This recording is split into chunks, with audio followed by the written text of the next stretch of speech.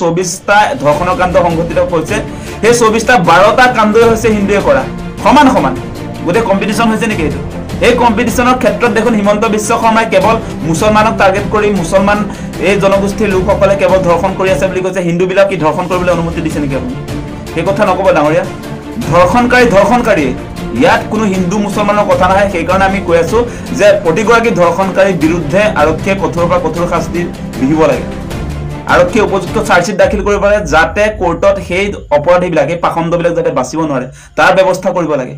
এটা সেই মানুহজনে কেৱল কিয় মুছলমানক কৈ আছে মুছলমানক কেৱল যদি কৈ আছে তেনেহলে হিন্দুবিলাকৰ বিৰুদ্ধে আজি আমাৰ জাতীয় জনগোষ্ঠীয় সংগঠনে পাহৰি গৈছে মাত মাতিবৰ কাৰণে আমি দেখা নাইতো আজিৰ দিনটোত হিন্দুৰ বিৰুদ্ধে খৰ্ব আমি দেখা নাই আজি মুছলমান আমি ঢিঙৰ কাণ্ডৰ কথা কৈছো ঢিঙৰ যি পাখণ্ড তিনিজন আছিল তিনিজনক কঠোৰ পৰা কঠোৰ শাস্তি দিব লাগে এই কথা আমি কৈ আছো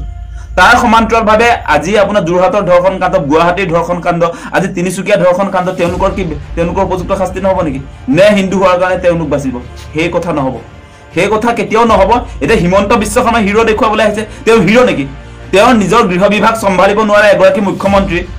এগৰাকী গৃহমন্ত্ৰী তেখেতে এতিয়া ডাঙৰ কথা কৈ আছে যে ফালতু মানুহৰ নিচিনাকে তেওঁ কথা কোৱাৰ নৈতিক অধিকাৰ নাই এই মুহূৰ্তত সেই কথা আমি কৈ দিছো তেওঁৰ ল এণ্ড অৰ্ডাৰ সিচুৱেশ্যন কোনো টেকল কৰিব পৰা নাই আজিৰ দিনটোত অসমত আচলতে পুলিচ প্ৰশাসন বা আইন শৃংখলা আছে নে নাই আচলতে এই মুহূৰ্তত পুলিচো নাই অসম চৰকাৰো নাই গৃহমন্ত্ৰীও নাই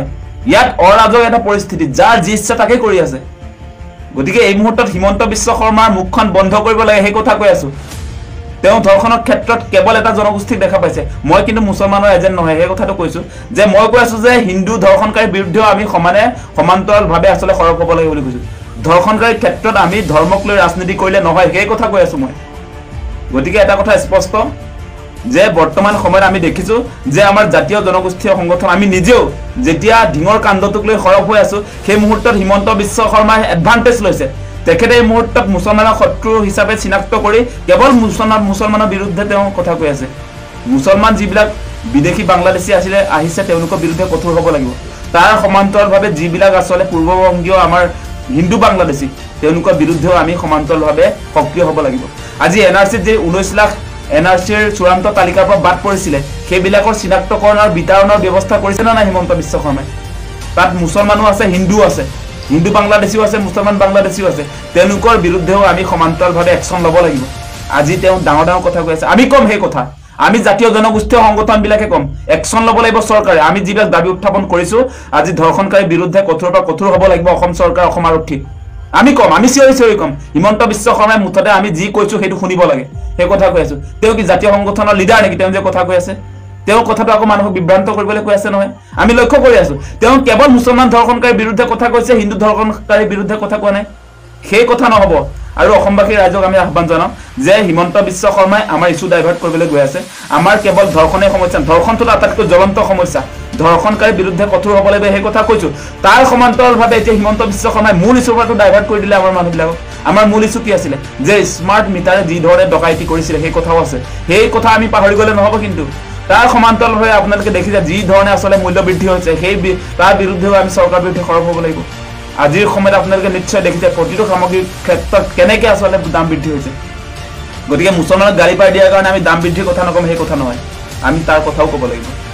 গতিকে হিমন্ত বিশ্ব শৰ্মা বৰ্তমান সময়ত কোনো কাৰণে অসমৰ গৃহমন্ত্ৰীৰ দায়িত্বত থাকিব নোৱাৰে ল এণ্ড অৰ্ডাৰ সিচুৱেশ্যন তেওঁ মোকাবিলা কৰাৰ ক্ষেত্ৰত ব্যৰ্থ আইন শৃংখলা কোনো পৰিস্থিতি নাই আজি গৃহ বিভাগ ব্যৰ্থ আজিৰ দিনটোত অসম আৰক্ষী ব্যৰ্থ কি অসম আৰক্ষী 25টাকৈ আচলতে স্বাধীনতা দিৱসৰ আগদিনা আলফাই বোমা সংস্থাপন কৰি গ'ল অসম আৰক্ষীয়ে গমেই নাপালে সেয়া স্মাৰ্ট আৰক্ষী আৰু কিবা বোমা নিষ্ক্ৰিয় কৰিবলৈ কি হেলমেট পিন্ধি যায় হেলমেট আৰু কি বুলি কয় এইটো লাঠি এডাল লৈ যায় নিষ্ক্ৰিয় কৰিবৰ কাৰণে আৰু সেইটো প্ৰশংসা কৰে হিমন্ত বিশ্ব শৰ্মা এই মানুহজন ফালতু আছে কিন্তু একদম ফালতু মানুহ গতিকে এতিয়া আপোনালোকে নিশ্চয় দেখিছে হিমন্ত বিশ্ব শৰ্মাই বাচিবৰ কাৰণে এতিয়া আমি যিবিলাক কথা কৈছো তেওঁ ক'বলৈ তেওঁ কোৱাৰ অধিকাৰ নাই হিমন্ত বিশ্ব শৰ্মাৰ কোনো বিষয়ক লৈ কথা কোৱাৰ অধিকাৰ নাই তেওঁ মুঠতে আমি যিবিলাক কথা কৈছো সেইবিলাক কাম কৰি যাওক তেওঁ ইয়াত বাহবা ল'বলৈ আহিছে কথা কৈ বাহবা ল'লে নহব আমি কৈছো যে মুছলমান যিবিলাক বাংলাদেশী অসমত আছে তেওঁলোক বিতৰণৰ ব্যৱস্থা কৰক আমি কৈছো যিবিলাক হিন্দু বাংলাদেশী অসমত আহিছে গোটেইবিলাকক বিতৰণৰ ব্যৱস্থা কৰক তাৰ কাৰণে আমি এনআৰচি কৰিছিলো এনআৰচি 2000 কোটি টকা আমি এনে খৰচ কৰা নাই সেই কথা কৈ থলো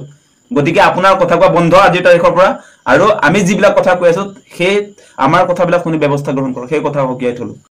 পুলিচৰ হাতে হাতে পিস্তল আছে, মেচিন গান আছে, গতিকে আইন কিয় লাগে সেই কথা তেওঁ উল্লেখ কৰিছে আজি। আচলতে তেওঁ অসমত আইনৰ শাসন চলাব খোজা নাই। গুলিয়াই মাৰিবলৈ কোনো অপৰাধ যদি কৰিছে বিচাৰ হ'ব নালাগে, তেওঁ সেই কথাই আওপকীয়াকৈ কৈছে। তেনেহ'লে আমি কোৰ্ট কাছাৰীবিলাক বন্ধ কৰি দিলেই হ'ল আজিৰ দিনটোৰ পৰা। তেওঁলোকে আগতীয়াকৈ গম পাব যে ধৰ্ষণ কৰিলে আচলতে শাস্তিটো কি হয়। গতিকে এই ক্ষেত্ৰত চৰকাৰখনে আজি হিমন্ত বিশ্ব শৰ্মা আইনখন বনাব নোখোজে।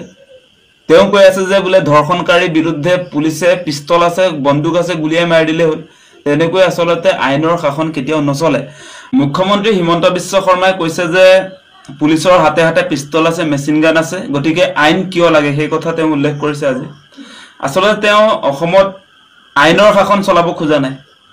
তেওঁক আইনৰ শাসন নালাগে। এতিয়া তেওঁ মানে পুলিচে নিজৰ ধৰণেৰে আচলতে গুলিয়াই মাৰিবলৈ কোনো অপৰাধ যদি কৰিছে বিচাৰ হ'ব নালাগে, তেওঁ সেই কথাই আওপকীয়াকৈ কৈছে। তেনেহ'লে আমি কোৰ্ট কাছাৰীবিলাক বন্ধ কৰি দিলেই হ'ল আজিৰ দিনটোৰ পৰা। যদি